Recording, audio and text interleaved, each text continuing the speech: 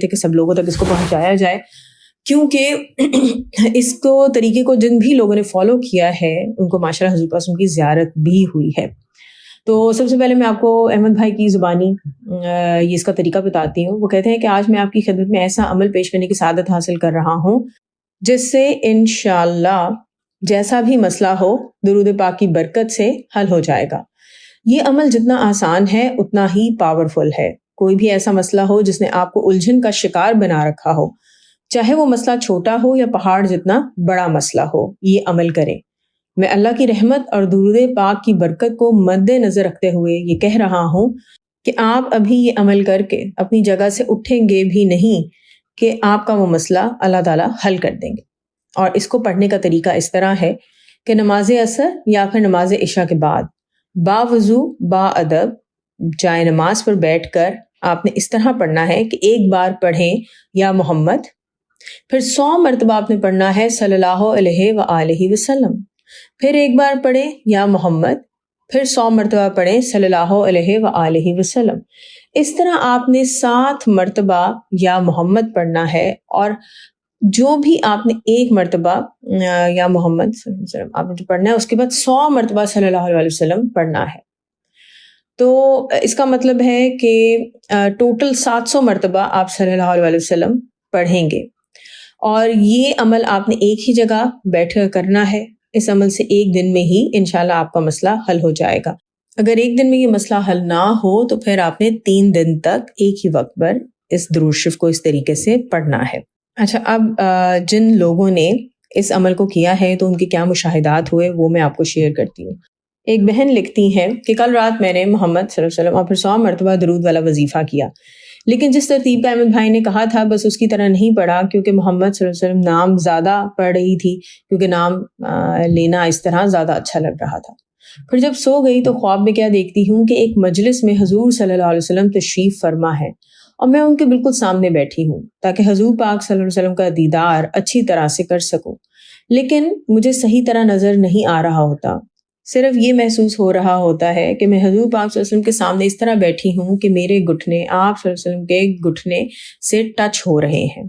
دل میں یہ خیال آ رہا ہوتا ہے کہ اگر کسی نے یہ کہہ دیا کہ یہ کیسے بیٹھی ہو تو میں حضور صلی اللہ علیہ وسلم سے کہوں گی کہ اس طرح تو جبرائیل علیہ السلام بھی بیٹھے تھے، ان سے تو کسی نے ایسے نہیں کہا، لیکن ایسا مجھے کوئی کچھ نہیں کہتا۔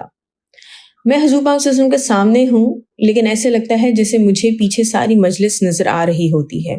پیچھے ایک سائڈ پہ خادم درود احمد منظور بھائی بیٹھے ہوتے ہیں، اور دوسری طرف پہ سمن زہرا باجی جو کہ احمد بھائی کے فیمل واٹس ایپ گروپ کی ایڈمن ہے، وہ بہت ادب سے سر جھکائے بیٹھی ہوتی ہیں، اور احمد بھائی بہت زیادہ خوش تھے۔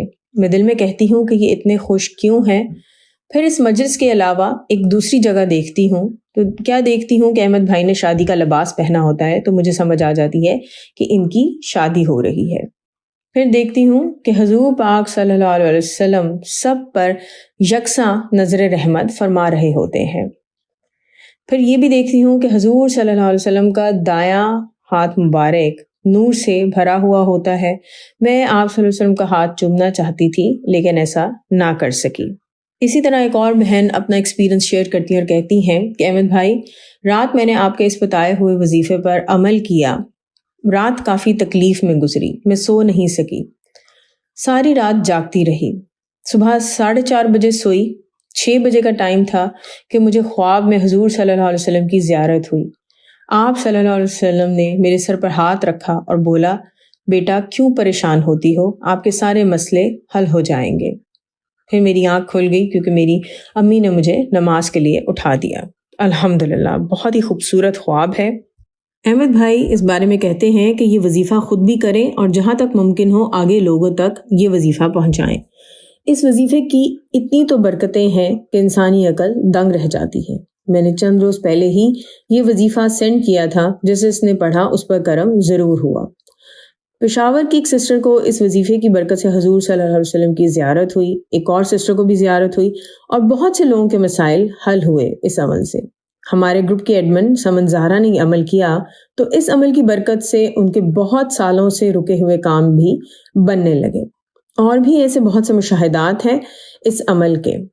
سچ میں اس عمل میں بہت بڑی طاقت ہے اور بہت تاثیر ہے۔ یہ عمل امت محمدیہ صلی اللہ علیہ وسلم کے دکھی لوگوں کے لیے ایک بہت بڑا سہارا ہے، بہت بڑا خزانہ ہے۔ میں نے اسکرین پر سب لوگوں کے لیے اس طریقے کو لکھ بھی دیا ہے اور ساتھ میں احمد بھائی کا فون نمبر بھی لکھ دیا ہے کنٹری کوڈ کے ساتھ۔ تو اگر آپ انہیں کانٹیکٹ کرنا چاہیں تو آپ انہیں ڈائریکٹ کانٹیکٹ کر کے اس کے متعلق مزید تفصیل بھی لے سکتے ہیں۔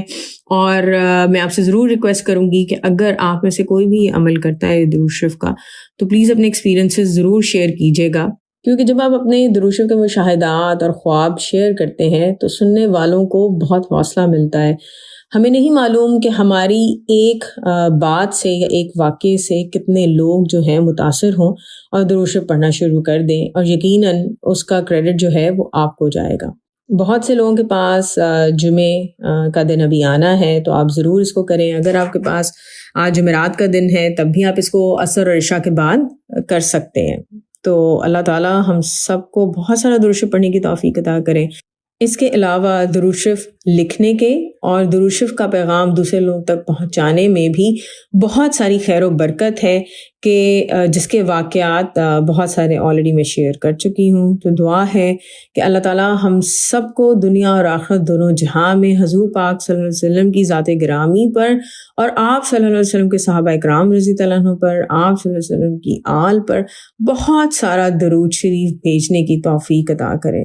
آمین ثم آمین۔ اور دعا ہے کہ اللہ تعالیٰ ہمیں دنیا اور آخرت دونوں جہاں میں بلکہ سارے جہانوں میں ہر لمحے میں اور ہر پل میں حضور صلی اللہ علیہ وسلم کی محبت اور قرب عطا کریں، اور ہمیں ایسا امتی بنا دیں کہ جب بھی حضور صلی اللہ علیہ وسلم سے ملاقات ہو تو آپ صلی اللہ علیہ وسلم کو ہمارے اپنے امتی ہونے پر فخر محسوس ہو۔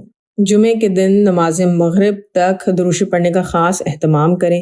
اگر آپ کے پاس بیٹھ کر فوکس کر کے درود شریف پڑھنے کا ٹائم نہیں ہے تو تب بھی آپ جو بھی کام کر رہے ہیں دل میں زبان میں درود شریف کا ورد جاری رکھیں، پڑھتے رہیں۔ کاؤنٹ کر سکتے ہیں تو کر لیں، اگر نہیں بھی کاؤنٹ کر سکتے تو ضرور ورد جاری رکھیں، کیونکہ دیکھیں وہ دو لمحے کبھی بھی برابر نہیں ہو سکتے۔ ایک وہ لمحہ کہ جس میں آپ نے درود شریف پڑھا ہو اور وہ لمحہ کہ جس میں آپ نے درود شریف نہ پڑھا ہو۔